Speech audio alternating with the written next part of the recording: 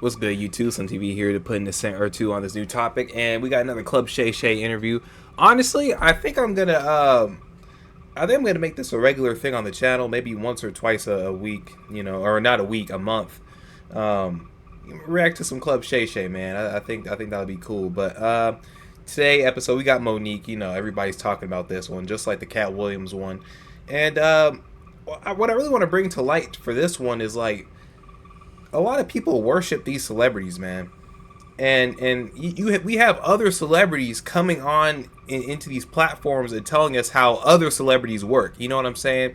So money doesn't matter, okay? I mean, money in the grand scheme of things, money doesn't make a person cooler. It doesn't make a person nicer. It doesn't really make someone happier, because someone that is happy without money will be happy with money, and vice versa. There are some people that will be miserable with all the money in the world, because it's all a mindset.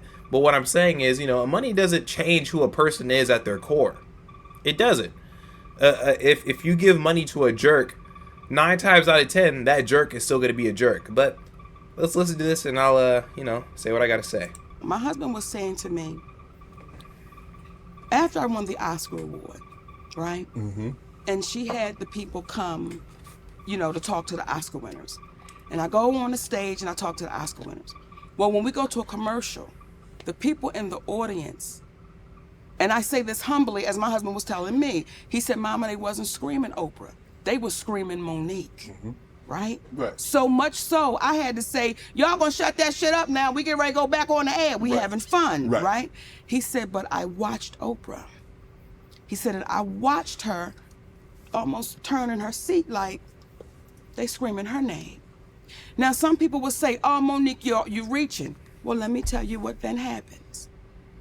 The movie The Butler, that movie was offered to me. Lee Daniels came out and said, I did offer Monique The Butler. But as he said to me, he said, Mo, at the time I didn't have no power and I didn't have no money. So when Oprah said she wanted it, so who played the lead role in The Butler? Envy and jealousy are very powerful. If you give into it, you know, it causes you to react in a way that you wouldn't even see yourself reacting in, you know? So that's why it's important to, you know, really believe in you and just know that whatever someone else has, you have the potential to have it or have it better. You know what I'm saying? Never compare your life to someone else's. I'm saying this because, you know, Oprah, from what she's saying, from what Monique is saying, it seems like she was envious, and, you know, she kind of used that to blackball her or force her way into a role that she knew Monique was going to end up playing, you know? And so like I said, you know, envy and jealousy, man, that'll really cause you to do some things, man, and you don't want to have that spirit or that attitude on you, man.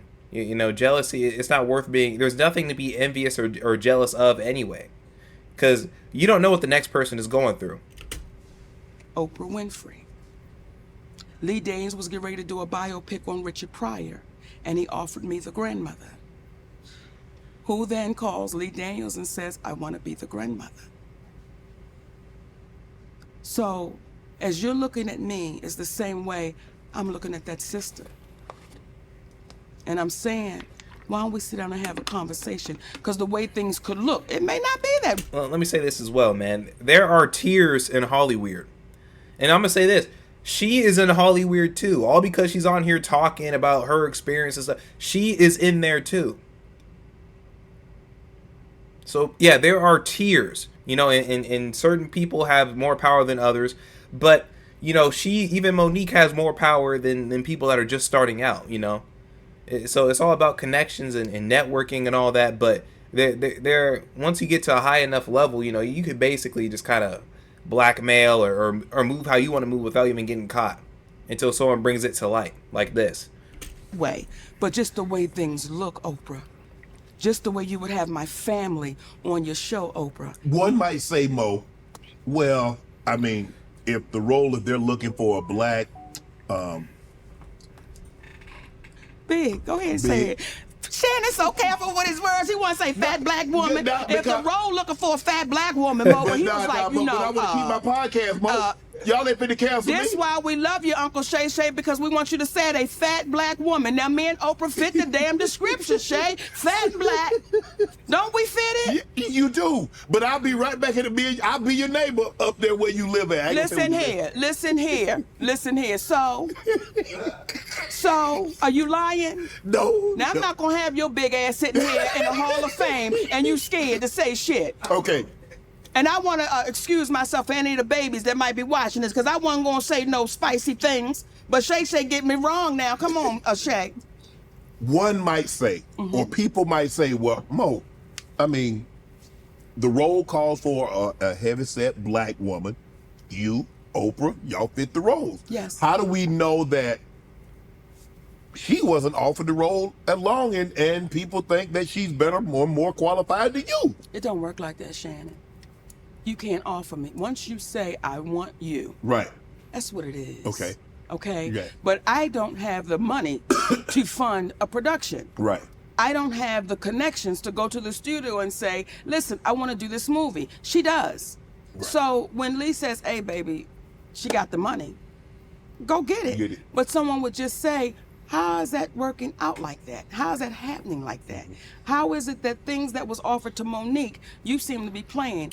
You see, and that's something to be aware of, man. Like if you notice that someone is envious or jealous of you, and then they start trying to be you, well, like that is a form of Oprah trying to be Monique in a sense. You know what I'm saying? Because she's trying to take over the roles that she wouldn't have.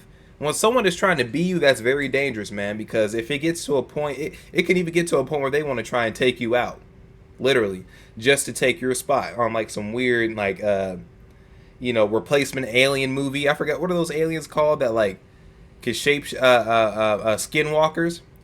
Skinwalkers, right?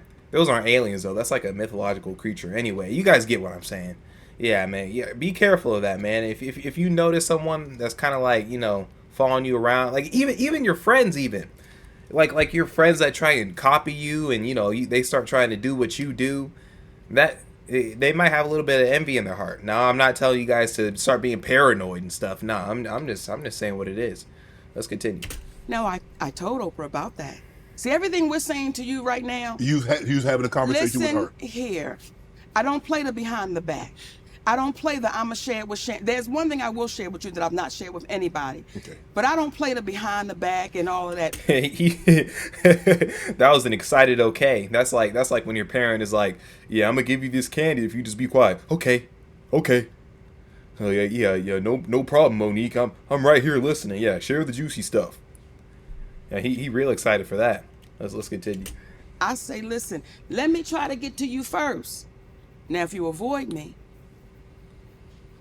okay. But I tried to be respectful.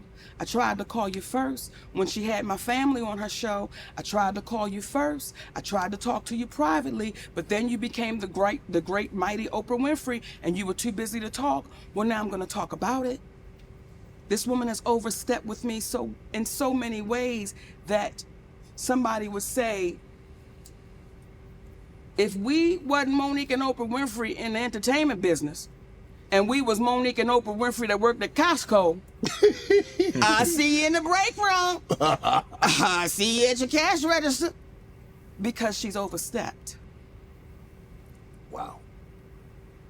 So, I don't know, Monique. This might be the term crossing of the Rubicon. We might be going too far. If you feel that way, because clearly if you feel, I don't know, Monique. I'm trying to get Oprah on this show too. I'm trying to get these people. I mean, I think you're going a little too far, Oprah.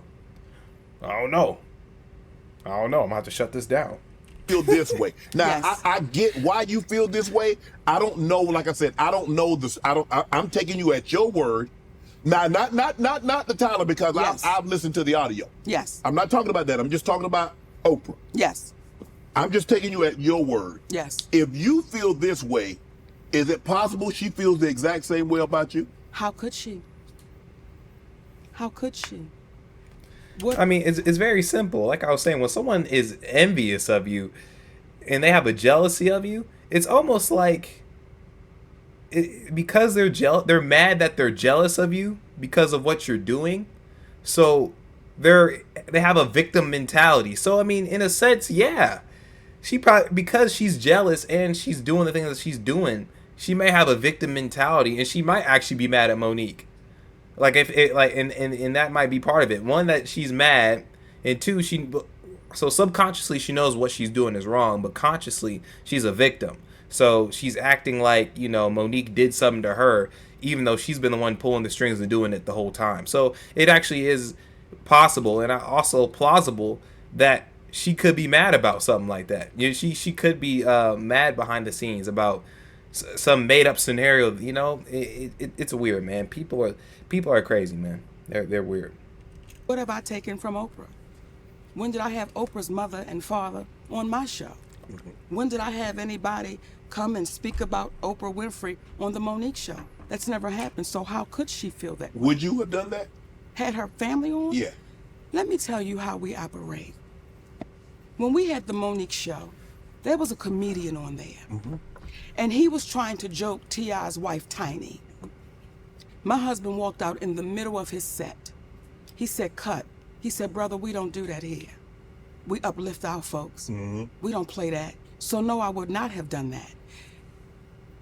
When Oprah Winfrey had my family, and I'll tell y'all, and I'm looking around, baby, because there are people here. Yes. Okay, and I don't want to be rude to the people at Shay Shay's club. You got other people in the club, right? When Oprah Winfrey called me up, and she said, I got a call from your brother. And this is after I won the Oscar award, right? And your brother wants to come on the show, and he wants to apologize to you for molesting you. And he wants to tell other people how to look out for a predator. Right. I said, Oprah, I said, I don't want anything to do with that cat.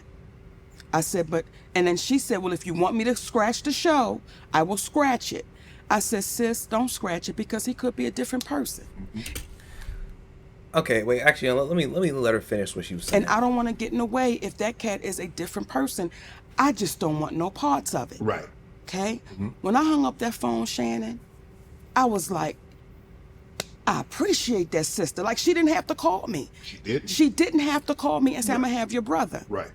I start seeing commercials with my mother and my father and my other brother, who used to be my manager, who knew the fear that I had with the brother that was up on stage, right?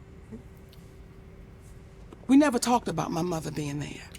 Yeah, and that's pretty much, I've seen this before, but that's why I stopped early. But that's what a lot of people will do, you know, to try and bandage up, like they're trying to, they know that they're about to pull off some nonsense, right? They know they're about to pull off some nonsense, but before they pull off that nonsense, they're like, well, what I'm gonna do is I'm gonna make it seem like I'm thinking about it, make it seem like I'm thinking about you and your well-being, make it seem like I'm trying to be nice and caring. So before I do this nonsense, I'm going to call about some other nonsense I'm planning and ask you about it to make it seem like I'm thinking about you. But really, it's all a ploy and a game to get more to make it seem like I'm thinking about you, make it seem like I'm a good person, but really I'm trying to do something totally different. You see what I'm saying? It's a trick bag.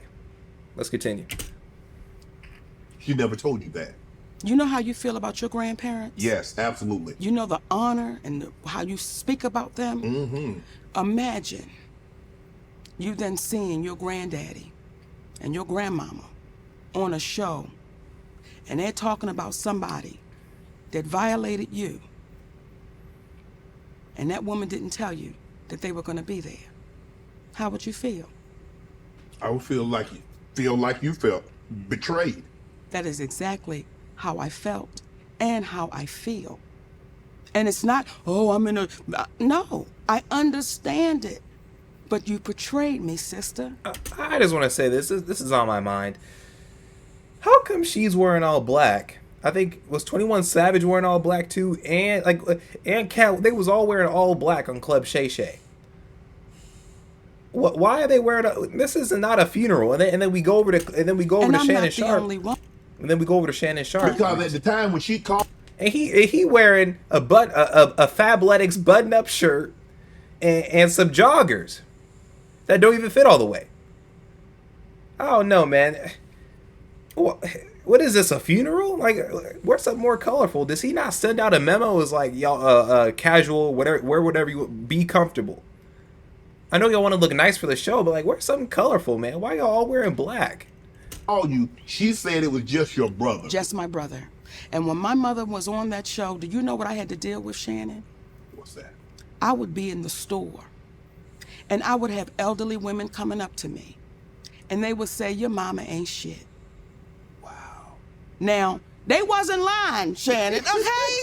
They wasn't lying, baby. Sometimes you gotta let the truth be the goddamn truth. Sometimes you got to just go with it, but still, it's my mother. It's your mom. And I'm in here, and because when she was, I'm having to defend something, and I got that often with them telling me what my mother wasn't, because you did not tell me. Had Oprah Winfrey said, I'ma have your mama, I'd have said, shut that shit. That's a good point. Never let anybody disrespect your family. You know, you may have thoughts about your family. You may have thoughts about particular people in your family or what have you. But you should always have that mindset of, you know, even though I may feel some type of way, if you're just some random that I just met, or you're somebody that feels like you can talk on these situations, check them. Let them know that, nah, bro, you're not gonna be talking about this person in my family like that, because at the end of the day, they're still my family and I respect them. I think everybody should kind of have that mindset, because if you just let people disrespect your family, what else will you let them disrespect that's yours? You know?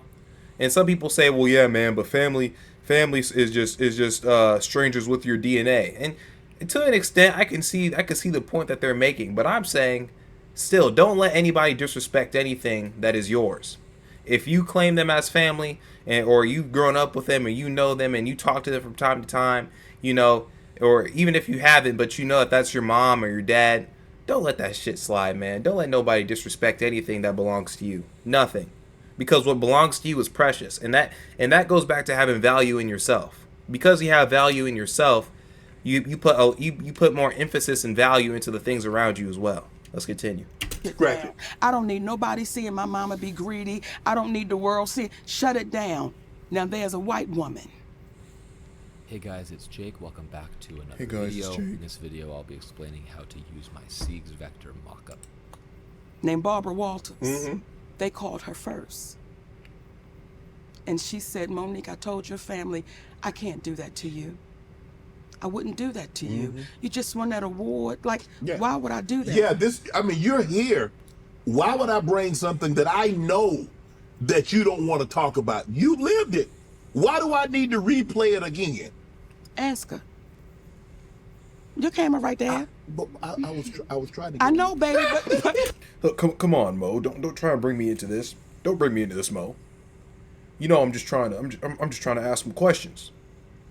But you know, don't bring me into this personally. I mean, I still want them to come on the show. Come on, Mo. Ask her. See, this is where it gets juicy, right? Yeah. Because you're saying the right things, but you're asking me questions that I can't answer. Right. I can't answer why Oprah Winfrey did what Oprah Winfrey did. Yeah. Only Oprah Winfrey can answer for her actions. Yes. So again, stop being scared. No, I knew that would get him on there. I knew that would pop him back in. Hold on now, Mo. Hold on now. I ain't no punk. I'm Shay the Shark. I'm ShayShay. Don't you dare pull my pup card, Mo. You don't know what I'm capable of. And baby, I knew that would get up on ShayShay. But even this show, I have a producer and I give him a lot of leeway. But I've had people reach out and say, well, a family member said something and I want to come on your show and refute it. That ain't what we do here. Right.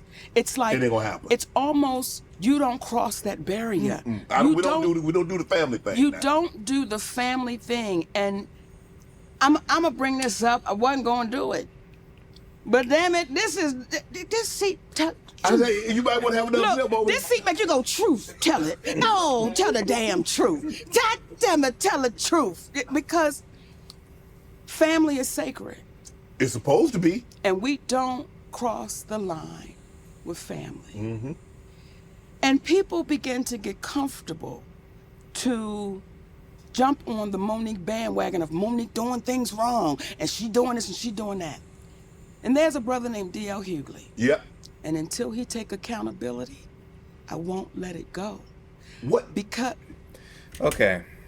And here's what I'm going to say about that. You know, if someone does something to you, it's important to weigh it in your mind and like think about, okay, what did this person do? Why am I offended, or why am I annoyed by what they did, and how am I going to resolve it? But holding grudges is never the answer, and the reason that is because you don't want to let things. Because I mean, at the end of the day, okay, so if someone disrespects you, you know what I'm saying, and it's something that you can't really, control, or something that, like, you can't really, like, or you've already addressed it, and like it's already squashed. Why is that still having space in my thoughts? If you've already squashed it, or if you've already, or if you've already confronted that, why is that something that is on the forefront of my mind? Now, I get, she's trying to bring things to light. But guys, it's like I said, it's not good to have grudges. It's not good to really just sulk and stew on things that happened in the past. Because the past is the past. And as long as you're able to bounce back from whatever happened, and like I said, you've confronted it, or you've done what you wanted to do with that particular situation, it shouldn't have too much more free rent in your head. If anything, it should just be a memory, And the lesson that you learn from it is, maybe don't mess with that person again, or don't deal with that person in this way again, or just cut them off entirely. Let's continue. What was you getting ready to say? I was gonna say, what did DL do? Let me tell you. Baby, that voice went up, didn't it? DL is friend. He like, that's my friend. No, I've met DL on several occasions. I don't know DL like that. Okay. Do I know DL say like I know an earthquake? No. Do I know, since I've interviewed Cat, had several conversations with him, do I know DL on that level? No. Right. See, when we say family is sacred, right? Family is sacred. And we know that you don't cross the line when it comes to family. Correct. Right? I do DL's radio show. Yes. DL Hughley is not there. His team is there. And Shannon, we having a great time. I mean, baby, we having a great time. We going forward, back and forth. When we get to the end of the show, they say, Monique, you want to play a game? Well, I want to play. I said, sure, sugar. Let's play a game. And it's a game called Would You Rather. Oh. Okay? Now, Monique, you should have said I'm too old for this game. wait a minute. We're having fun, baby. Right? We having a good time, Okay, Shannon. okay. I mean, it's the sister there and it's two other guys. We're having a great time. It's a Okay. beautiful Black unity cookout. Okay. We're having a good time. Okay. Would you say your wife was your family? Is that considered family? Yeah. So your husband is considered family, right? Absolutely. Okay. So here we go. They said, Monique, we want to play a game of Would You Rather. Let's go. Would you rather your husband sleep with Lee Daniels with a condom or Corinne Steffens without one? Really, Monique? Now, as y'all are watching right now who haven't heard this, Yeah, see, and that's really, I think that's one of the reasons why cable TV kind of like fell off, because a lot of the times, like, they have grown people acting like kids. Why are you guys on the air talking about that? Or would you rather? Like y'all at a high school table. I mean, there just comes a certain point where it's like, bro, like, it's not funny anymore. It's not mature. It's not cool. A lot of people just need to grow up, and I'm not I'm not a boring dude. Like, I still play video games. I do all of that. But when it comes to like I said, corny questions, corny jokes, over the top, sayings or whatever about nonsense. It's like, bro, I don't got time for that, bro. I don't got time for that. Anything that is overtly just nasty for no reason, it's like, bro, I am a grown man. Bro, no. this doing y'all going, they doing the same thing in the studio. They going, okay. That is exactly what happened. Now, I said to the team, how does that uplift our community? I said, sister, and her name is Jasmine, how could you ask another sister that? Well, we just planned. I said, tell me the joke in that, because I don't know what you're insinuating. Then you're involving people that have nothing to do with nothing. Like, what are y'all doing? So I said, I'm going to call my brother. DL. I'm going to call my brother. I call DL Hughley on the phone. I say, hey, baby. Yeah. Huh? That's how he responds. Yeah. Did he know it was you? Yes, because they called him to let him know Monique's gonna be calling. Right. Like this, it was getting crazy. Right. I'm like, just let me get on the phone with my brother, right? Yeah. Hey, DL, yeah. I said, listen, I just got off the phone with your team, and they wanted to play this game, Would You Rather? And it was like, stupid. Like, asking me about my husband and Lee Daniels and Corinne Steffens, and his exact words, well, that's how we do it. I said, DL, how does that uplift our community? And again, I don't know what y'all trying to insinuate, but brother, what you doing? Like I said, that's just how we do it. So it is what it is. Now, it got so ugly that my attorney had to send a cease and desist. So it never aired. So we have, like, when Cat Williams talk and people, truth tellers talk, we have receipts to everything we're saying. That's how that whole thing got started, okay? It's family. My husband is my family. Yeah. Now, you babies that are really good with this internet through the years, I've watched you. I'm gonna just say this as well, man. She was like, yeah, when us truth tellers talk, and you know, it's like she just trying to pick up, like, get on this little bandwagon that Cat Williams started. And I'll say this as well, man. Not everything Cat Williams said in that interview was 100% truthful. You talking about you read 3,000 books in the span of what? How old were you? Like 5? And then he said he went to Florida as a 13-year-old, and you have to be emancipated from your parents. Even back then, you would have to be emancipated from your parents. How did you get down? He said he got on a train. Okay, sure. Or he hitched a ride or something. But then it's like, bro, if people see a 13-year-old boy in a park, being homeless for a while, why? How is he not reported or picked up? And then the last thing is, he was talking about he was making $2,000+ a day, cleaning out cars. You mean to tell me you didn't get into any scraps, getting those car parts? There was not nobody else down there getting rich off of those car parts. Like bro, like if that was the case, he I don't know, bro. If you down there getting car parts, and you make it $2,000 a day, I feel like eventually people would catch on, and eventually that would just be a dead mission. Or people were already down there, and you was down there fighting people for them car parts. It didn't make, but you know, I'm not discrediting the whole interview. I'm just saying a couple things is like, DL speak ill of me. Through the years, I never knew DL Hughley had a problem with me. But when Cass say they all a group, he forgot to put D.L. Hughley in the group. Mm-hmm. Through the years, I was bitter. I was dangerous with what I was doing, saying that it was inequality. My husband didn't know what he was doing. This went on through the years. I was unloved, all of these things. And I said to myself, I'ma see you. I'ma see you. I didn't go on nobody's show. I didn't say nothing to nobody, but I knew the time would come that I would see him. We were scheduled to do a show in Los Angeles. I was the headliner of that show. His name was on it, then his name came off. I didn't question it, but I knew I'ma see him, right? Eventually. Okay, now we have a show in Detroit. Contractually, I was the headliner. D.L. Hughley posted a memo. Now, when you signed your deal for the Ravens, did you sign a contract or a memorandum? I signed a contract. You see how you say that? Like anybody that knows good business, you sign. The memo is saying this is what I would like, right? But the contract is saying this is what it is. Okay? Yes. He put out a memo to our community, and that touched me a little different because I was saying, why would you lie to our babies? Because now they're thinking if they send somebody a memo, that's what they're supposed to get. Mm-hmm. Okay? I was contractually signed to go as the headliner. Right. I mean, you go last. D.L. Hughley didn't come into the building until 9:30. Now, contractually, I said I have to be on stage by 9:30 because if the show starts at 8, I refuse to keep an audience waiting. Right. That is disrespectful to the audience. Correct. When I went out on that stage, Shannon, I made sure everything I said, he heard me.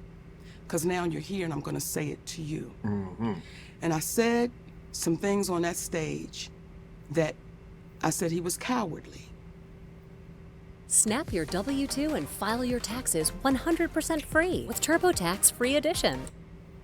And some folks said, how could you say that? How could you do that? And then I posted some things to say, this is what I meant. See, you came after my husband. And when you had a chance to fix it, when you had a chance to say, Mo, my bad, you know, we don't even get down like that. Right. You told me it is what it is. And until he's brave enough and courageous enough to say, this is what really happened, y'all. Y'all have never known me to be no shit starter. Folks ain't never known me to... You can't expect liars or people who like to deceive others to come out and tell the truth. That's something you just have to... A lot of people just have to get over, man. You know, you may have a lot of people in your life, or some people in your life who kind of, you know, are shifty, or, you know, distrustful, or, you know, you're not able to trust them, you know, and you want to catch them. You're like Candace from Phineas and Ferb. It's like, bro, just I need to get him. But you have to let it go, man. You can't expect liars, thieves, people like, you can't expect them to come out and tell the truth. You just can't, man. People like that, they have a child's mentality. They're not able to calculate, or they're not able to think about and really just sit back and take accountability for themselves, because there's some type of insecurity in them that's stopping them, or they're narcissistic. They're narcissistic to the point where it's like, dang, I'm perfect, I'm this, I'm that, I don't need to come out and say this because in my mind I'm this. You know, they're living in a perpetual delusion. You know, and I guess that's really one of the main points I want to hit home for this video in particular, man. Don't expect it. Do you expect a shark to quack?